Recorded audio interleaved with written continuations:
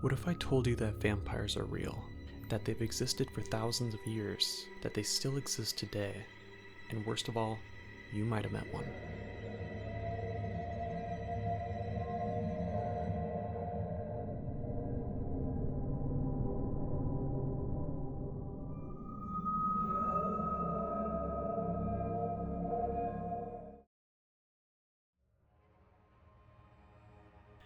Okay, so first of all, what is a vampire? Because when we think of that word, we might think of capes, bats, Twilight, the fangs, the pale guy in the costume, all of that. But that's not actually what a vampire is. The word is recent, but the idea is ancient. That idea of something feeding off of human life, it goes back further than we think. Now there's a bunch of different definitions for the word vampire. You have the ones for the movies, for the pop culture, for the books, but I want to go back to the furthest one, and that's the folklore definition. This is how it goes. A being, dead or supernatural, that survives by taking what keeps you alive. Blood, breath, life energy. That's it. That's the definition, and when you think about it, that's a lot scarier than a guy in a cape. If you pick your culture, pick the century, that idea shows up everywhere. Because here's the thing, once Hollywood turned it into a movie plot and just turned it into romance, it no longer became scary. It just became a vibe. And to be honest, if vampires are real, who's going to investigate it? It's just a joke. No one's going to investigate something that you're trained to laugh at. Okay, so this is the one that made me pause. King Charles, the King of England, is a descendant from Vlad the Impaler. Yeah. The guy that Dracula is literally based on. Did you know that Prince Charles is the main heir of Count Dracula? I know, I agree. That sounds insane. That right? He moved in 5 years ago to Count Dracula's castle, and he lives with a group of homeless children. According to this Google search from express.co.uk, Prince Charles has distant kinship to Vlad Tepes, the 15th century Wakallian ruler, whom the Irish novelist based his Dracula. Hold on. But it's way worse than that. And now he lives in Dracula Castle with children.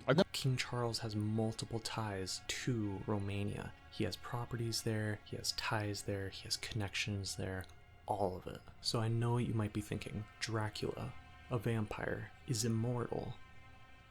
Why would he need descendants?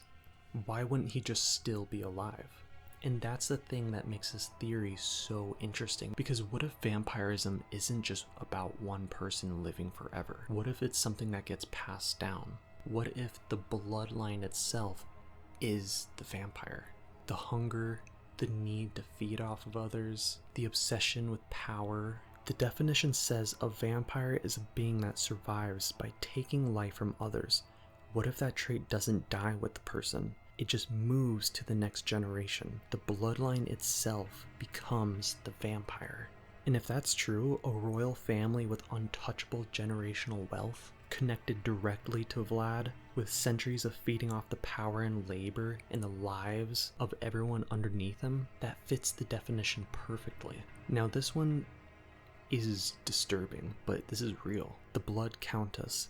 The story that followed her for centuries is that she used the blood of young women to stay young. Historians debate how much is true, but that legend didn't come from nowhere. And it's not just her. Ancient Greek sources talk about human blood being used as medicine. There's a whole documented history in Europe of using human remains as cures. This was just a thing that powerful people did. Go back to the definition. A vampire takes the life force, blood, breath, and energy from other people. Now look at the pattern. Powerful people throughout history doing genuinely disturbing things to hold on to their youth and energy, literally draining it from other people. That's not a monster in a castle. That's the definition, happening in real history with real victims. I just think that's creepier than any other horror movie because this is actually real. Now this one is stupid, but it's related to vampires in a way. Look at these paintings side by side. These are from 50 years ago, 100 years ago, 200 years ago, whatever. Look how similar they look to our nowadays celebrities.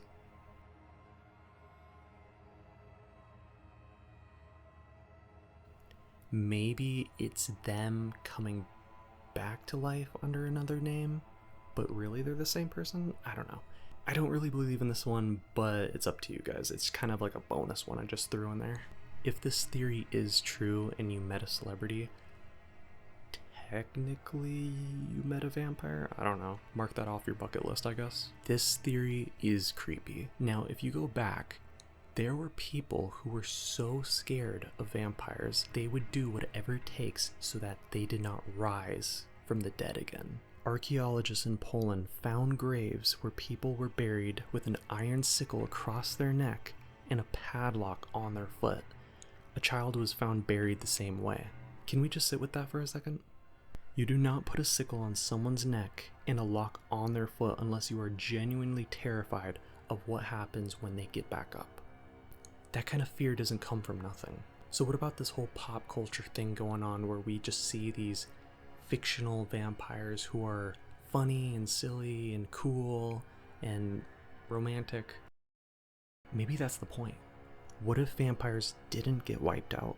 What if they just became entertainment? Because the second the vampires became movies and romance novels and Halloween costumes, the fear left.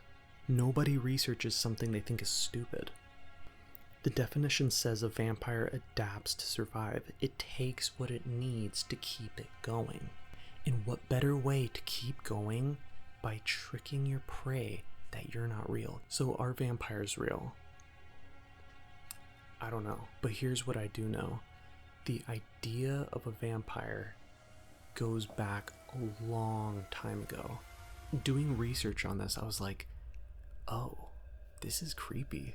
You have ancient myths, you have different names for the vampire, but it all means the same thing. You have centuries of powerful people literally drinking blood from young kids. You have a royal bloodline literally connected to the original vampire legend. You've got bodies buried with iron sickles because they were so scared if they came back to life.